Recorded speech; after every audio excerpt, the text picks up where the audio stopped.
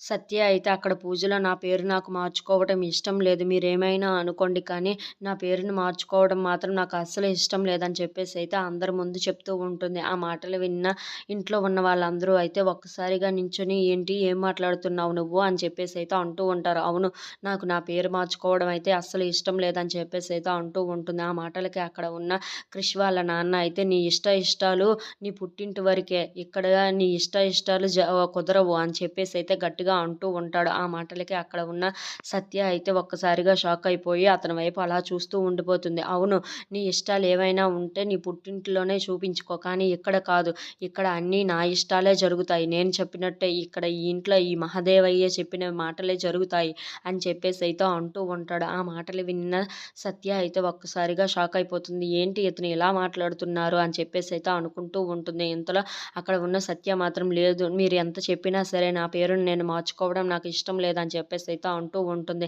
ఇంతలో అక్కడ ఉన్న సత్య వాళ్ళ క్రిష్ వాళ్ళ అమ్మ అయితే ఏంట్రా చిన్న, మీ ఆవిడ మీ అయ్యను ఎదిరిస్తూ ఉంటే నువ్వు అలా చూస్తూ ఉన్నావు, ఏదో ఒకటి చెప్పు అని చెప్పేసి అయితే అంటూ ఉంటుంది. ఆ మాటలకు అక్కడ ఉన్న క్రిష్ అయితే సత్యను అలా చూస్తూ ఉండిపోతాడు. ఏంటండి చెప్పేది?